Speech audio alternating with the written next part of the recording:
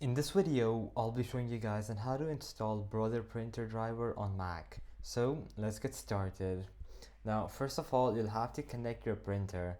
So before installing the driver, make sure that your printer is connected with your laptop. Now, if it's a Wi-Fi printer, then obviously turn on the printer, go to menu, then network, then WLAN, and then set up wizard, and then you connect to your Wi-Fi network, okay?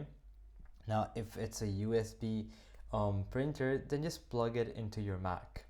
Now is the real part where you have to download the official Brother driver. Now to do this, you have to head over to support.brother.com. From here, you'll have to do a product search, and then obviously you can go ahead and search the model of your printer. So you can literally do anything. In my case, I'm just gonna choose this one right here, HLL2350DW. Obviously it depends on what printer you have, so I'm just going to click on search, and there you'll see this page. Okay, now from here you'll have to head over to downloads, choose whatever OS family you're using. Obviously this video is about Mac, so we're going to be using Mac. Then you'll have to choose your OS version. Okay, now if you're wondering on how you can see your OS version for your laptop, to do that you can just click on this link and I'll show you how it works.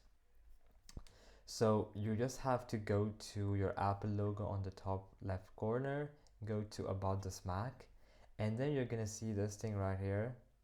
You can see it's 15 point something, and this 0.1 basically is equal to point X. So if it's 26 point something, then you're gonna go for the 26 point X option. But in that case, it was 15 point something, and for me also it's 15 point something. I'm just gonna go with the 15 point X option and click on OK. And here you can see that this particular printer has no drivers for it. It says that we recommend using AirPrint, so this printer just doesn't have any drivers, but it could be that the printer you're using has some drivers, so you can just go ahead, download it. You can then open the file and follow the on-screen instructions and download the driver. Now once you're done downloading the driver, then you have to head over to system settings. From here you're gonna head over to printers and scanners, just click on add printer, and then here you're gonna select your Brother printer and add it. Now if you see AirPrint selected, then you have to change it to your Brother printer driver. But as you can see in this case, the printer I was just seeing here, they say they recommend AirPrint. So for this printer you can just go ahead and use AirPrint.